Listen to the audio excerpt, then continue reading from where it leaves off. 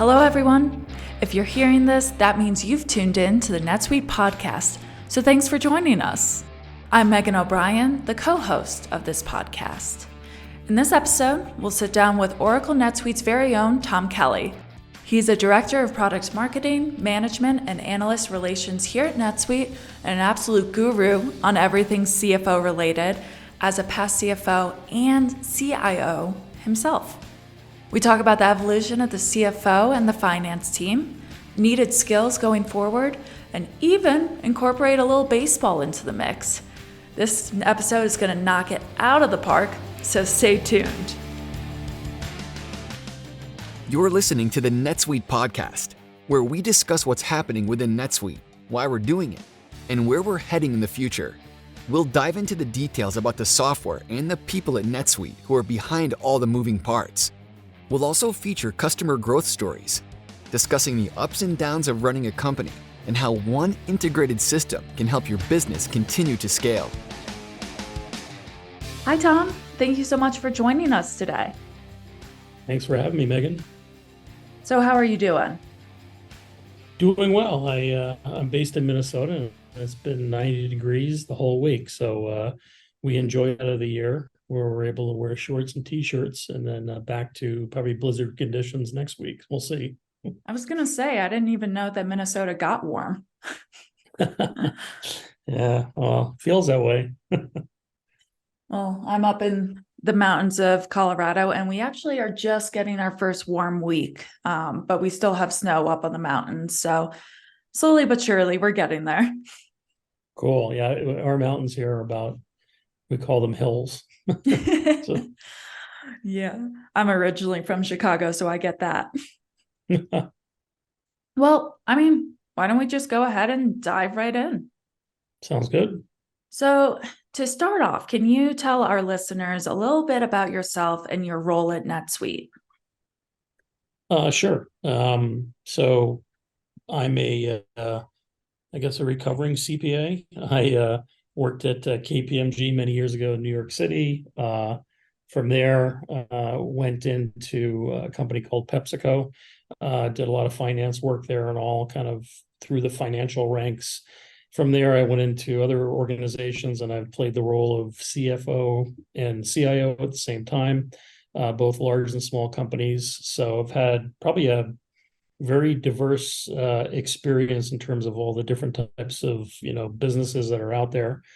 Joined Oracle NetSuite 7 years ago now, I think it was. I had my own business that was really focused on, I think, initially CXO type services. It quickly morphed into bringing companies into the cloud. I can remember one company, we literally had a burial for the telephony server once we got everything into the cloud. So that was a big thing. I was really enjoyed it. And so now what I'm doing here at Oracle NetSuite is kind of taking that, financial experience, CIO from, the user standpoint, and kind of combining that with, the strategy and the functionality that we bring to market, where my focus is primarily on global cloud financials, but I do a few other things in my spare time as well. Now, it seems that we are both Big Four graduates. I worked at Deloitte initially. Yeah, yes. They're a good company. They're not as good as KPMG, but we could debate. That's fine. But it's just an absolutely fascinating career trajectory. I feel like having someone with both that CFO and CIO experience is rare. Can you kind of delve into how that informs your role now? With Oracle NetSuite, I think what it really lets me do is, I guess it's the word is empathy. I can put myself in the shoes of our customer, primarily, one of our key customers being the CFO or the financial and accounting professionals, if you will. So understanding perhaps what they're up against, maybe for lack of a better term. And this isn't just from a standpoint of, you want to put a new system in, but it's also from a standpoint of what works for an organization, what works for its people. Because as much as we might like to think, everything's the same, I'm a controller here, I'll be a controller there. Yeah, there's the foundational aspects of it that you need to have and all, but you really, in this day and age, I'm sure we'll talk about it here as we get into things, you really have to have a business perspective. It's one thing to say, if somebody tells you, why is our revenue up? And if your answer is, well, because we sold more, that's, probably 100% true, but it's really not very intuitive or actionable, I think, for the organization. So, you really have to play the role of being able to maintain control across an organization, but at the same time, be able to provide insight and acumen to help with, driving the business in whatever direction you choose. And with that background, I think you have great insight into the evolution of the CFO role. How have you seen it evolve over your career? So I'll date myself here. I started with it was actually the Big Eight, Megan, back when I started. So there's been a little consolidation since those days. But I can even remember back in the late 80s, there was this, you'd see these articles, CFOs need to be a strategic business partner. And that was very easy to say back then, right? And my comment about you need to be a business person, it's a whole different thing, in my estimation, to really be able to handle everything that's being asked to CFOs today. And let's just be clear, when I use the word CFO, read into that, financial professionals. You could be controller, senior analyst, whatever it might be. But organizations are asking you to do is really almost two full-time jobs. You've got, what I like to call counting the beans, the control side of the shop, which is really probably an 8-hour a day or more job. And then they also want you to grow the beans. And so that's probably another 8-hour a day job.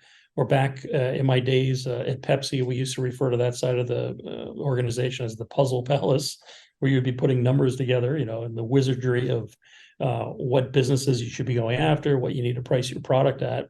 But the sad thing about this, my estimation is I don't think financial professionals are really given the credit they deserve, because you're really actually holding down two full-time jobs.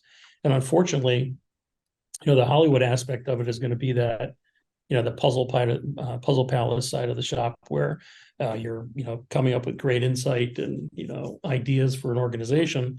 But on that other side, the control aspects, whether it's, ransomware, getting an employee's paycheck accurate or whatever. I joke around. I said, I remember in my days at a 200-person company where I would get 199 paychecks right and I'd get one wrong. There'd be, 199 people waiting outside my office when I came in the next day to congratulate me for getting the paycheck right. And the reality is, no, there'd be the one person that I made the mistake on their paycheck. And the same is true of the controls. We see stuff, almost daily about how things break down and what happens. And so, in that regard, nobody cares about that control side of the shop until something goes wrong. And particularly in these days, when we talk about how the job has changed, obviously technology has improved since the late 80s, I'd like to think. And so there are capabilities and features now, I think, that really enable people, if you make the right choices, because you can choose bad technology as well as good, but if you make smart, well-informed decisions on the vehicles you're going to use and how to do things, I think it really does enable you to, really do two full-time jobs in perhaps an 8-hour day, or let's say 10 hours, because if you're in finance and accounting, we always work harder than the rest of the organization. Speaking of working harder, I've heard you present before, and one of the interesting concepts that I've heard you bring up is this idea of the Vitruvian CFO. Can you explain that? I can. So I think I think it was Leonardo da Vinci, back in the 15th century, he came up with this diagram, right? And of the Vitruvian man. We've probably all seen it. It's the man standing up, and it's got the circles and everything. And the idea behind it is that he intended it to kind of have the idea of proportion, and it was, in his estimation, or in what he would talk about, it was part work, and it was part science, part mathematical. It was all these different things in this diagram, and what it was conveying is that everything connects to everything else. And so Here's the gratuitous plug. But when I think about NetSuite, and back in the day when I was a CFO or I had my own company, finally having a vehicle that I was able to literally, as our marketing would say, run our entire business on one platform, front office to back office and everything in between. And if you do it well and you configure it well and you set it up right, it can be extremely impactful in terms of how you do your job, let alone how others in the organization are interacting with the system. But now you've got this real-time information and you're connected to everything. You're connected to the front and back office and everything that's going on. So you have the ability to control things because of how you're going to configure stuff. So, one example I talk about is revenue recognition. You can configure the system based on whatever your requirements are to recognize revenue in accordance with your business, your contracts. So you can, the control side of the shop is taken care of, right? Just by using the system.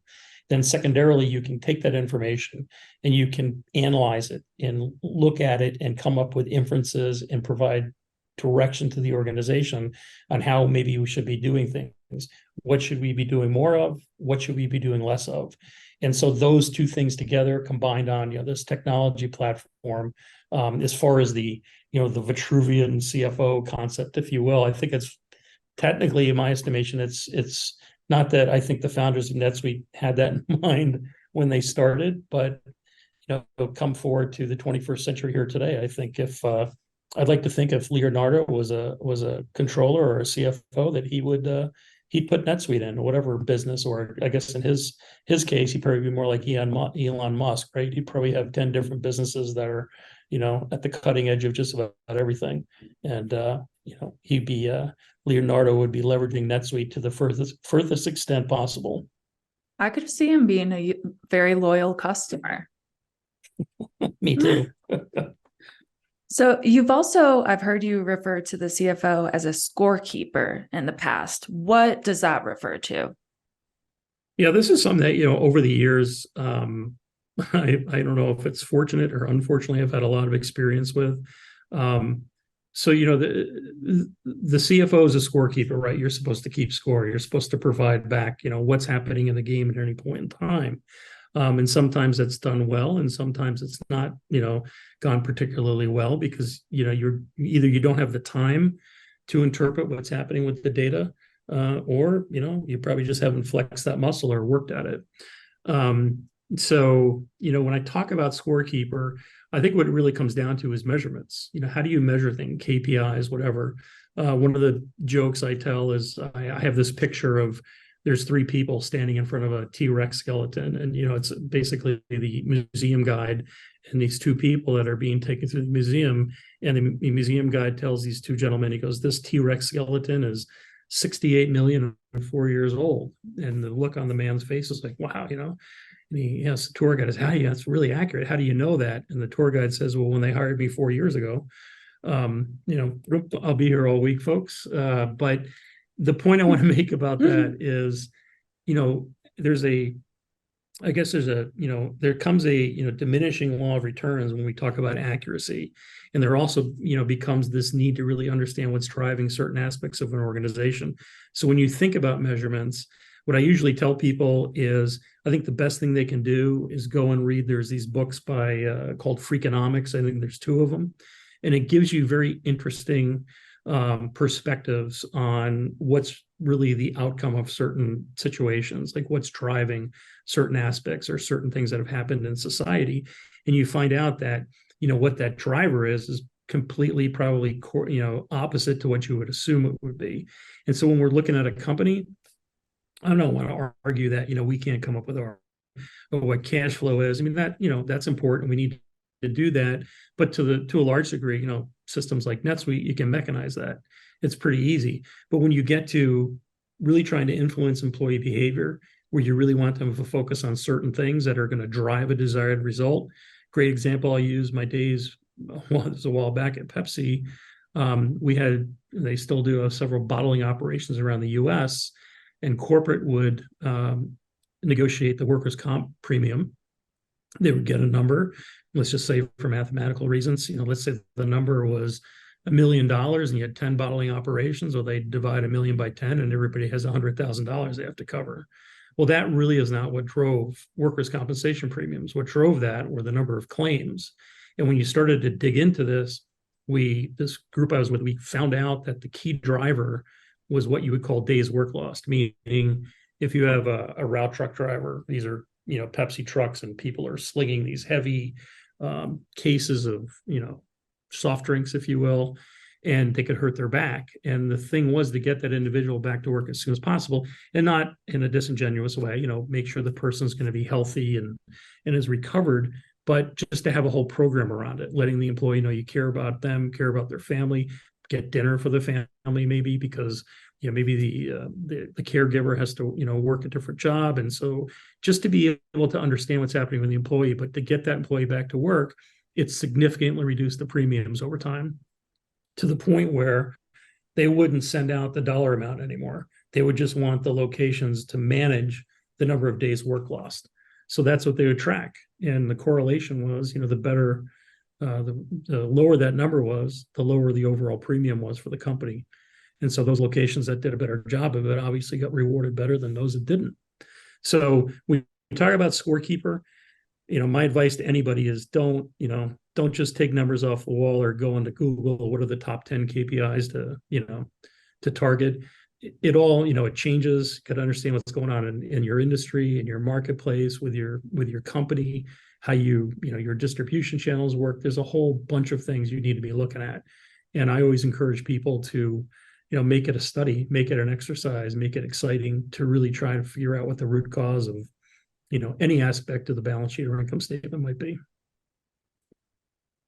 So what skills were important to the CFO role before, and what skills are important now?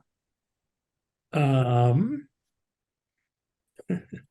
don't know if the skills really, I think the ones that were very successful, maybe in the days where you didn't have the technology you could leverage, I think the skill set is still the same, meaning you have to have a very good, control shop side acumen. You got to make sure that you're safeguarding the assets of the organization. And even in this day and age, many CFOs have CIOs reporting into them. So making sure that you have a good handle on all things that require safeguarding, whether it's IT and phishing situations or ransomware, all the way to the payroll example I gave, or making sure you're recognizing revenue in accordance with FASB, GAAP or IFRS or whatever rule you have to adhere to. I mean, I think those skill sets are tried and true. It's almost like this is what people, I think, expect of a CFO. It's almost like a given. And frankly speaking, these skills are not that easy. It takes acumen, it takes time, and it takes practice. On the flip side, what I would say, it's like really knowing your stuff, and it's really trying to be able to boil down, what are the key things people should be focusing on.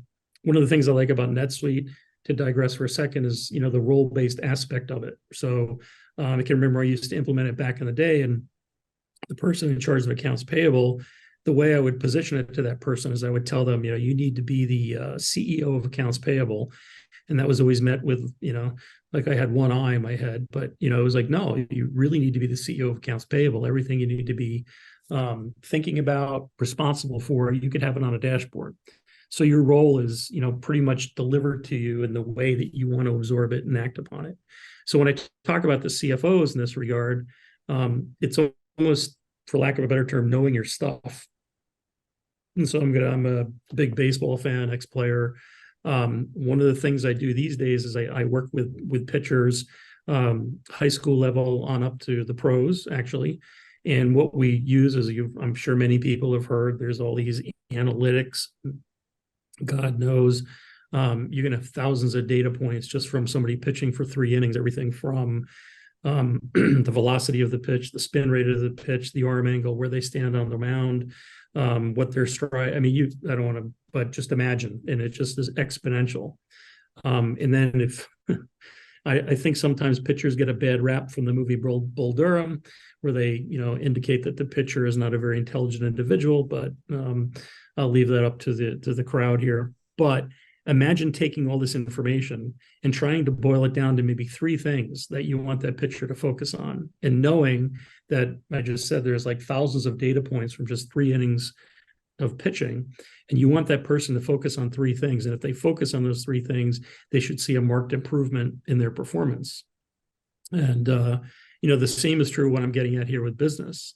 And the other side of what we need to do as financial people. So that skill set is having a data analytics acumen to some degree. And by the way, the CPA exam is now testing on that. So if you don't believe me, for those of you who don't have your CPA and are trying to strive for it, just be prepared. You're going to be tested on this. So the expectation is that you're going to have this skill set. And then to me, it's one thing to have the skill set, to have the idea and the understanding. It's a whole different thing to dig into, the specific aspects of your company, and to really understand what's going on, and, to some degree, boil it down to the three things you want people or a person to be focusing on so they can be successful in their role.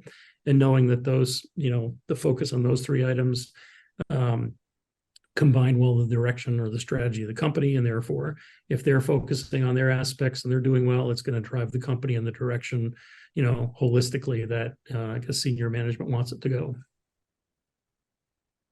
That's fantastic. I mean, it's interesting that the CPA exam updated to include that data analytics component, because I think it's kind of that official confirmation that there's a real shift happening in that industry. Oh yeah, and the other, as we're talking about technology here, so they added two. I think it's going to be in the next CPA exam now, but the having a understanding of information technology. So as CPA exam, you're going to be tested on two things, one being data analytics and the other being your understanding of information technology. So, I don't want, if folks tuning in here don't want to believe two people who work for Oracle NetSuite, I can understand that. But if the AICPA is now going to test you on it, I would argue that, you probably need to have these skill sets going forward. Mm-hmm. And so it's one thing for a bunch of Gen Z going through school to learn data analytics and technology. Not only are they kind of in that learning phase of their life, but they pretty much grew up with a lot of this stuff. What about people already in the business field, or perhaps already even a CFO? How can they learn more about topics like data analytics and technology? In this day and age, you could probably Google it and you could probably find 10 sources, to go and figure out what you're going to do. I think, practicality is important. What I would probably suggest that they do is, it's one thing to say, I want to understand data analytics. And like I was giving the example, baseball and, businesses, those are two very different things. So no different than I mentioned earlier, you need to have this foundation if you're an accountant or whatever, that you can handle the control side of the business or whatever. But I also think it's important that if we're going to say data analytics, intuitively understanding what that is. But you could even go back to the example I gave with Pepsi, and that was in the 90s. I would argue that is kind of data analytics, maybe on a little bit of a more digestible scale, and the amount of information that we can compile today. But I think it's important that you should have an end goal in mind. So if you're going to just do data analytics, reach out, try to figure out what are the right sources to look at, educate yourself on it. But then I think more importantly is applying that intuitively to what's happening in whatever situation you want it to be. It could be your personal finances. It could be if you're doing, working with baseball pitchers on the side, or it could literally be as the, financial person at an organization. What are going to be the key measurements that I want the organization to follow, and how am I going to factually back that up? That's, I think, important. But I think, your question about where do you go and figure this stuff out? They even have major schools these days that are saying, 10-week data analytics course, get your certificate from, the University of Wisconsin or whatever. So these opportunities, I think, are out there. I think in this day and age, it's just a matter of how you fit it all in. But I don't think there's a scarcity of the opportunity to, build those muscles, if you will, on the data analytics side. Yeah, there are so many different educational resources online. It almost seems like more you have to narrow it down of what am I looking to accomplish and what's going to help me get there. Yeah. Yep. Now, the past few months specifically have been pretty chaotic. There's high interest rates, there's inflation, there's a threat of recession, there's a banking crisis. How do you think these economic conditions impact the CFO role? Do you think it's harder now? Um, I was reading something the other day. It was, people need to understand that nothing's temporary. So that means when things are good, it's temporary. When things are bad, it's temporary. So it's the idea of enjoying and learning from situations. So when you bring up recession or whatever calamity might be out there for us, pandemic, these are things that are going to happen, and we have to react to them. I don't know if this is ironic, but it almost seems that when these things do tend to occur, the organization turns its eyes to the CFO, because the CFO is supposed to be the one who's I'm even keeled, I'm not, emotionally, I'm not whipsawing one way or the other. So there's this, like it or not, I think expectation of you, particularly when times are tough, that you're going to be the one to make the tough decisions or be part of making those tough decisions. So I don't know if it's been different, but I would tell you it's about having I guess this thing I've been reading about called AQ, adversity quotient, and it's a score that really measures the person's ability to deal with adversities in their life, right? Business or otherwise. And also to digress, so as I said, I'm a baseball fan. What better? I would tell organizations to go out and hire ex-baseball players, because obviously baseball is a sport where if you fail 70% of the time, you're considered very successful. But I digress.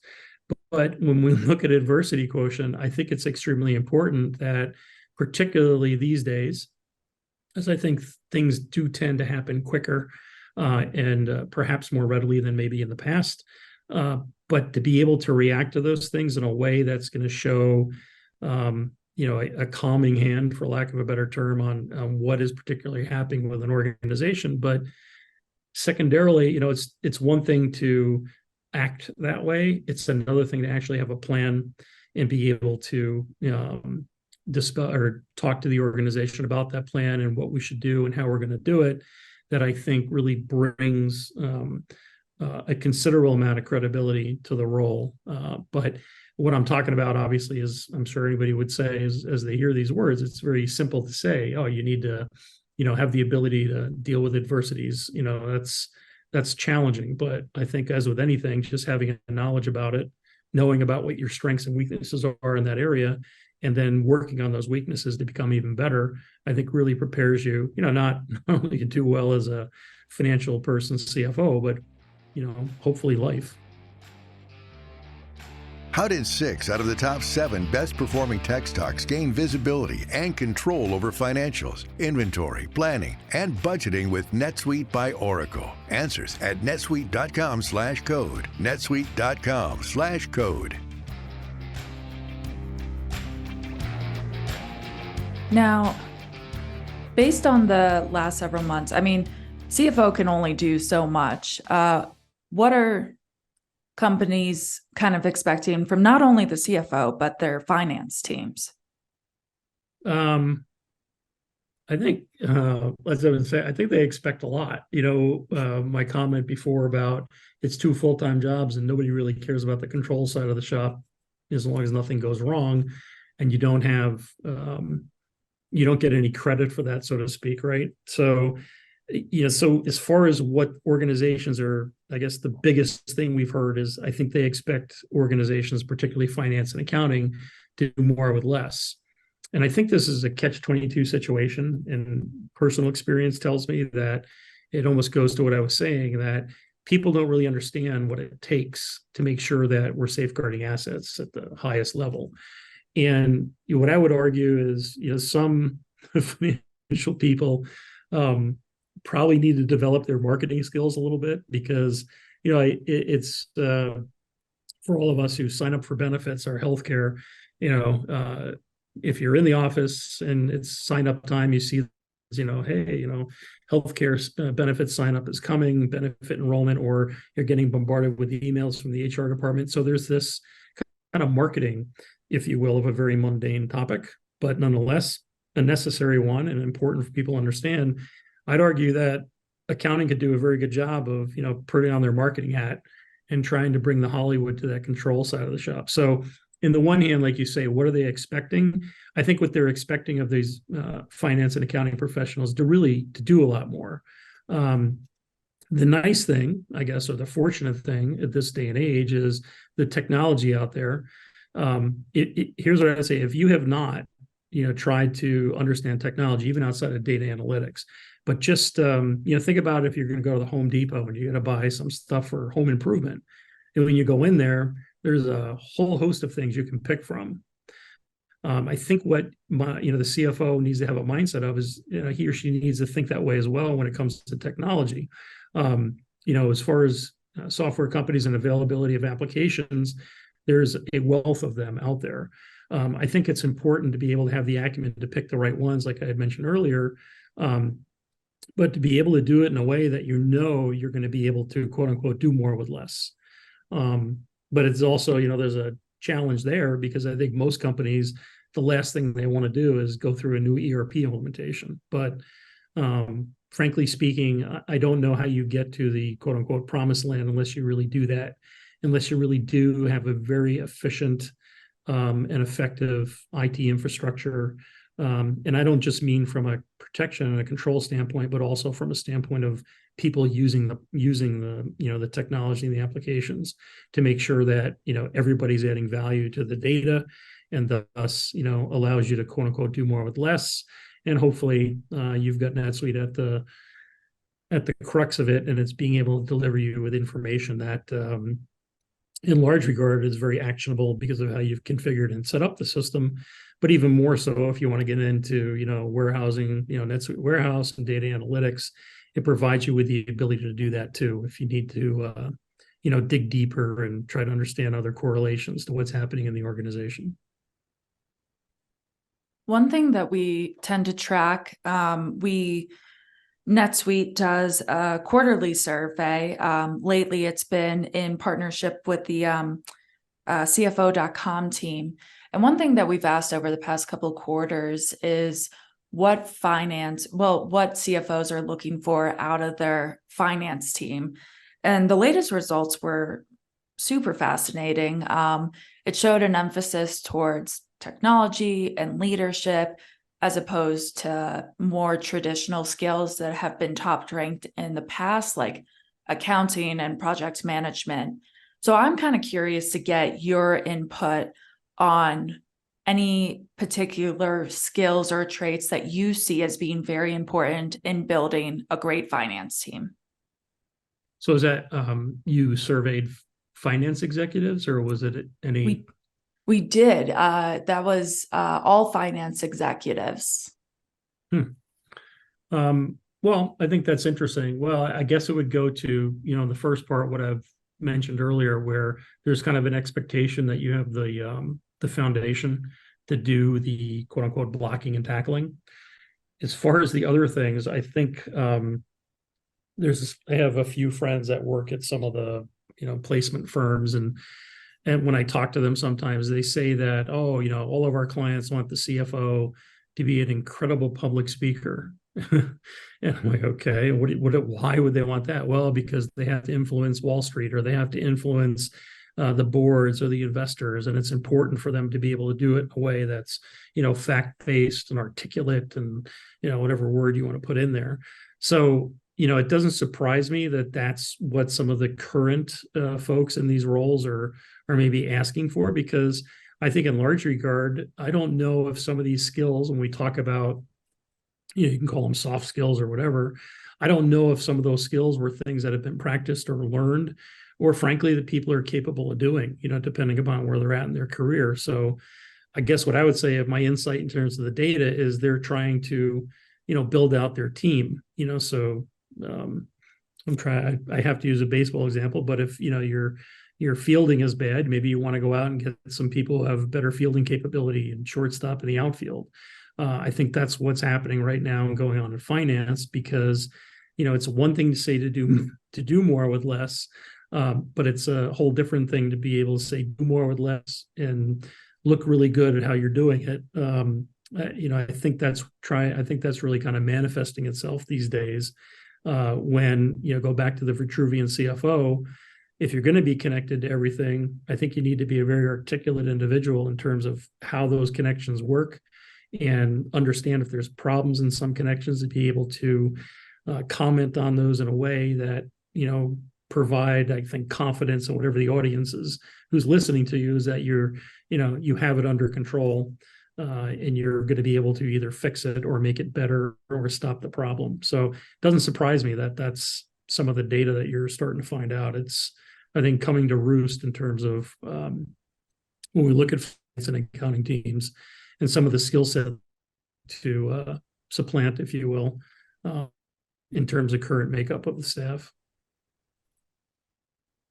Yeah, and it's funny, it shifts like every quarter. So we'll see what it comes to next time, but it really seems to be very dependent on a couple of things, but I'm sure also just where a company's at and where their finance team is at.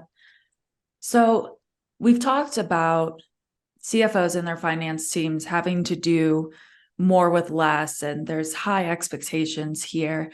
Where can CFOs make the most impact in terms of advancing their finance team to fulfill company expectations?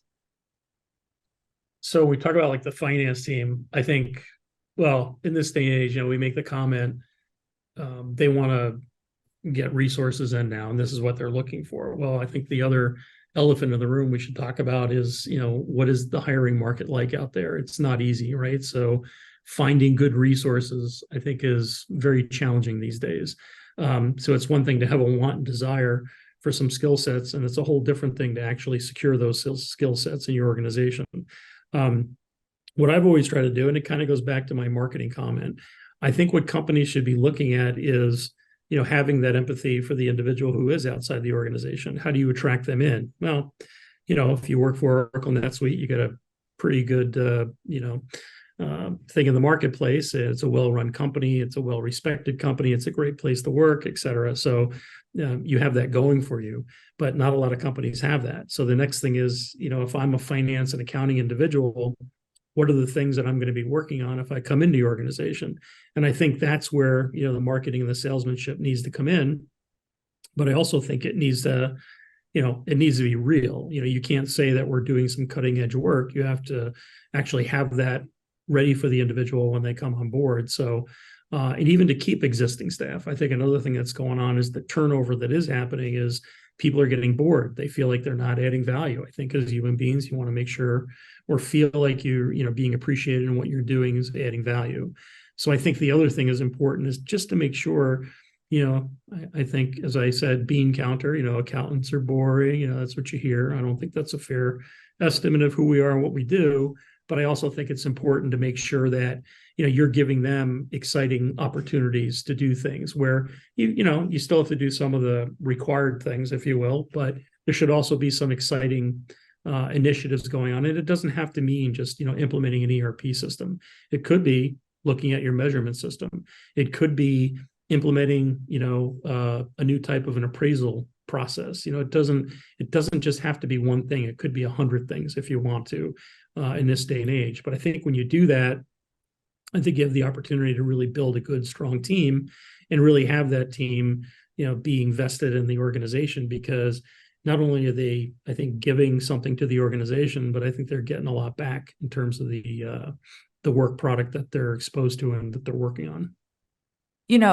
Speaking of excitement, there's quite a popular topic lately, is ChatGPT. There's a lot of buzz around technologies like AI and machine learning and automation. Can you kind of give your opinion of how that might play a role in the finance department? Sure. I think you bring up ChatGPT and all. My wife is a college professor, and she teaches in humanities, and she's had some students that literally have written a paper or they didn't write the paper, it was ChatGPT, and there's technology that they have to figure this out on the other side. So you have that going on, but one of the folks at the school where she teaches at actually felt that we should be leveraging these things not to write the entire paper for somebody, but to perhaps get you going, to jettison or some ideas or whatever it might be that you want to drill into. So I guess for me, I'm not adverse to using technology, obviously, as it comes in. I can remember, I don't know if it's 3 years ago now or 2 years ago now. I was presenting to, I think it was the CFO Leadership Council, and we were talking about blockchain, and everybody was worried that their job was going away. And I asked, where's the blockchain ledger these days? I mean, that's not to say that AI is a different bird, and there's a lot to be said in terms of what it can do and the concerns we have, where I think I've heard it's going to end society in the next 10 years. But I would argue it's as with anything in life, when you think about some of these things, like it's kind of how you harness it and what you do with it. I mean, I think it took like 30 or 40 years to figure out that, gambling was an addiction and that, that's in place, or that cigarettes were bad for you. I've seen, I don't remember, that would really be dating myself. There are these advertisements where a doctor, an MD, talking about, whatever the cigarette brand is, it tastes great. Well, things have obviously changed. So I think when we're looking at situations where we have the advent of AI, to the degree that we're seeing now in the media, I mean, there's something to be said for it. But I think, as with anything, there's the good and the bad, right? Even within the individual, there's good and bad. So in my estimation, what I would encourage all of my accounting and financial brethren is you should embrace it. You should learn about it. You should do whatever you can to understand it and leverage it, for your benefit, for your company's benefit. But then I almost think it comes down to, on some level, free will to a degree. Are you use it for good, or are you going to use it for bad? And I would argue that each one day can get up and we make choices day in and day out. So to some degree, I think we have to look at it in that light. And hopefully it ends up not ending society in 10 years, but maybe 10 years from now we have a cure for cancer and a host of other things that make the world a better place to be, if you will. I like that perspective on it. I think one thing that I keep hearing, and sometimes it does seem to depend on industry or the specific company, but what do you think the CFO's role is in adopting technology? Because you have some people that are like, they are in charge now. This is what they do. They need to be a part of this. And then you have other people who are like, maybe talk to the CIO every so often. Where's the balance? What do you think? For my personal opinion, and this isn't because I'm an employee of Oracle NetSuite, I think the CFO needs to be the cheerleader for technology in every nook and cranny of a business.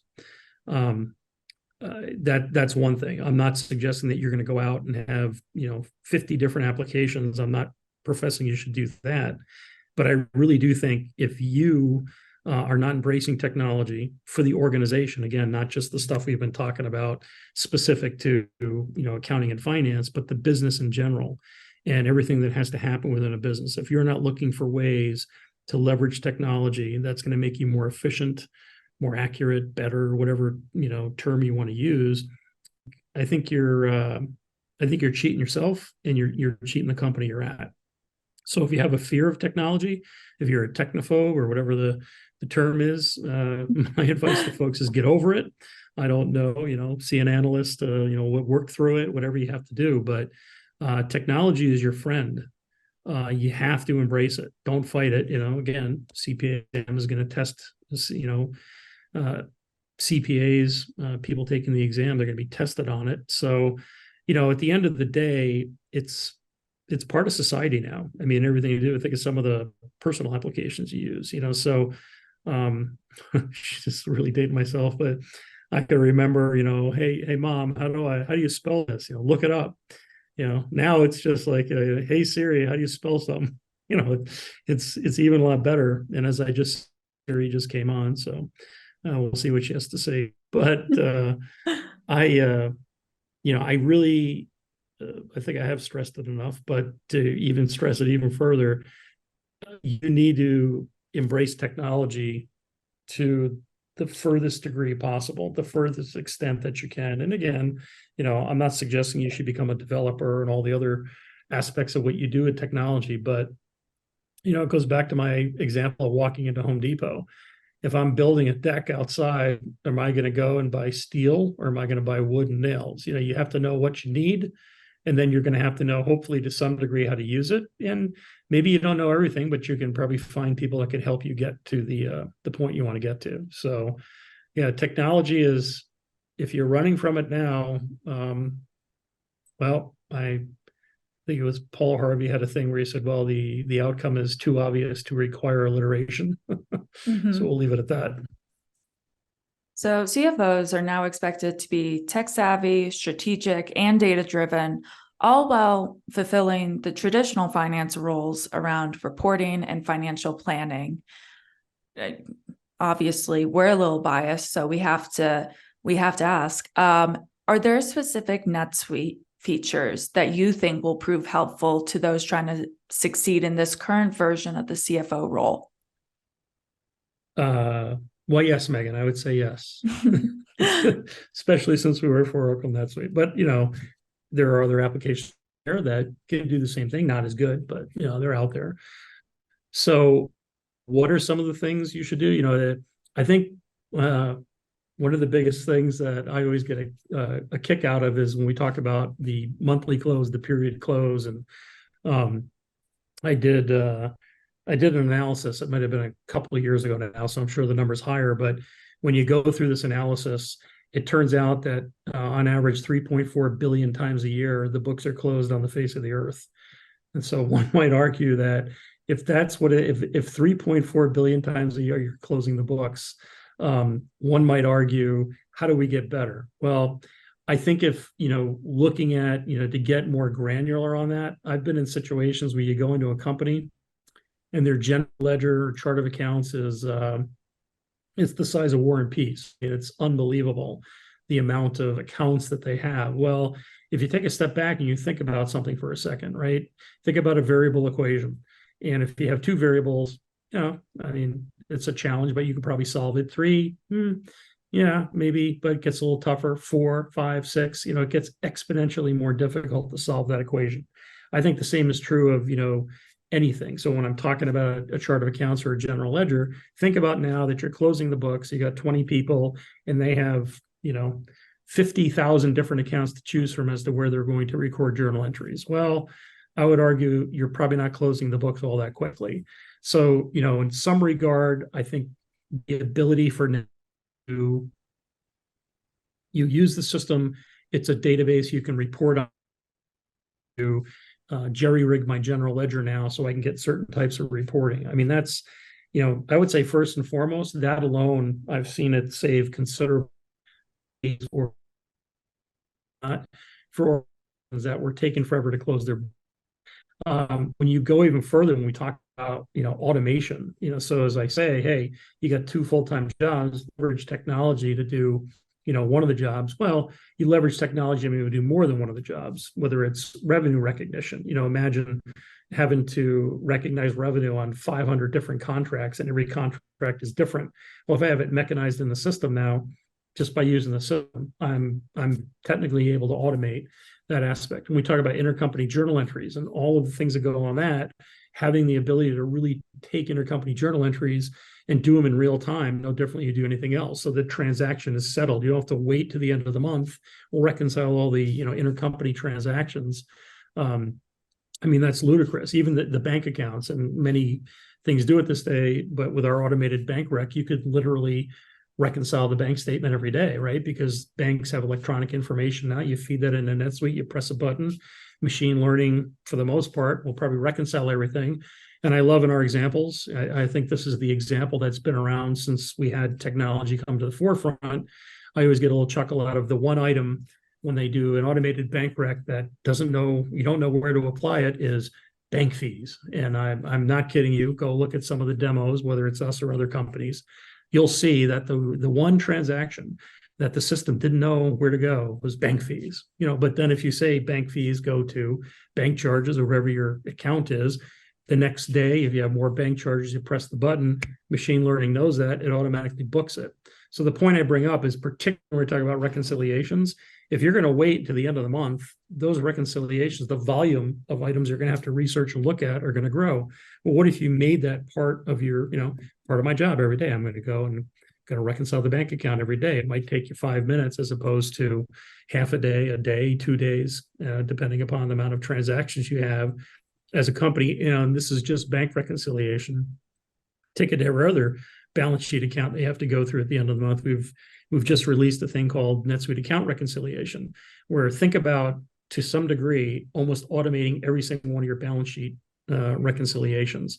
That in and of itself should expedite the close to a large degree. So, what I would highly recommend organizations do, particularly when it comes to NetSuite, is it's one thing to use the system, but there is a plethora of things that you can do, that you can automate, that might take your close process. And I'm not kidding you when I say this. I've seen companies do it in less than a day. And I'm not just talking about, that's a 5-person, $2 million company. I'm talking about $1 billion organizations. It can be done. So don't limit yourself in that regard.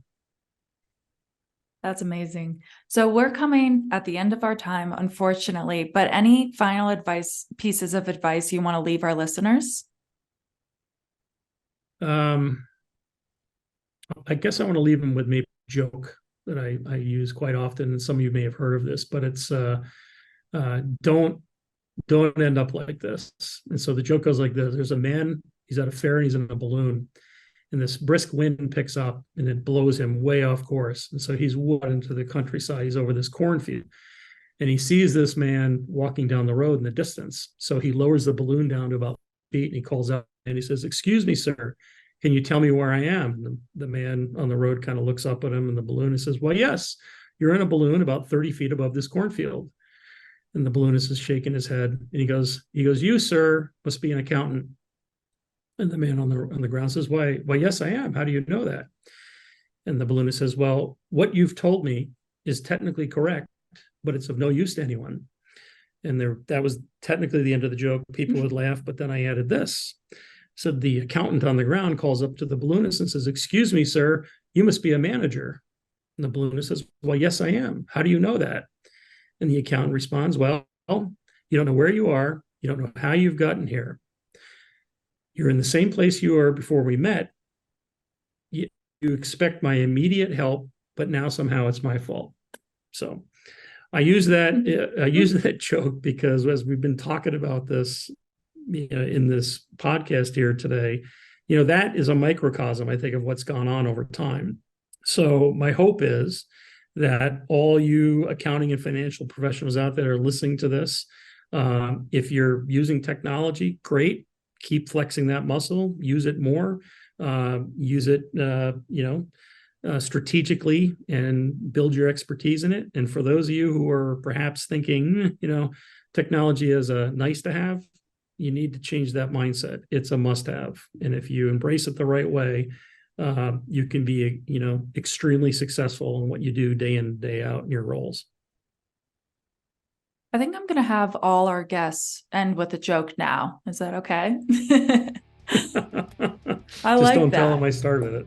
Yeah, I think it's perfect. Well, that's all the questions I had for you. Thank you so much for coming on the show. Hey, thanks, Megan. Enjoyed it. Take care.